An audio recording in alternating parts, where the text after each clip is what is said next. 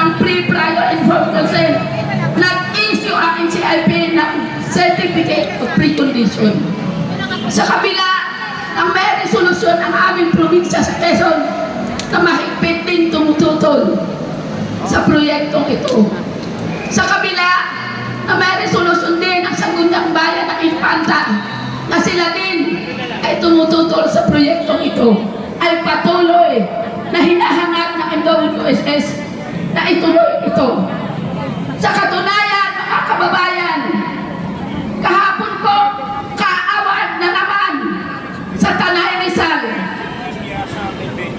ang 130 million pesos para lamang pumirma sa MOA. Ang lahat po kaya na ito sa tansya natin ay hindi kasama sa korupsyon. Nagbayad sa aming ilang katutubong kasabwat ng MWSS at ginamit ng NCIP ng 80 million sa aming tribo. Ngunit kami po ay hindi nakalam.